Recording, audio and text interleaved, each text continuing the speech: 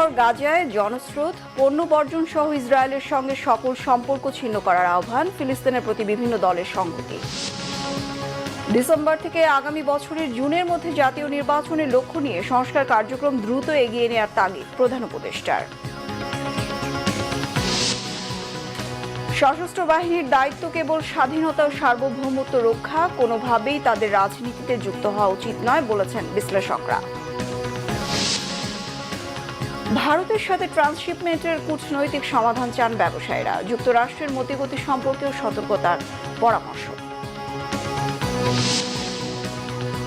পুড়িয়ে দেয়া হয়েছে চারুকলায় ফ্যাসিবাদের মোটিভ, জড়িত শেখ হাসিনার দোসররা, বলেছেন সংস্কৃতি উপদেষ্টা। ফায়ার সার্ভিসের কাছে ঘটনা রহস্যজনক।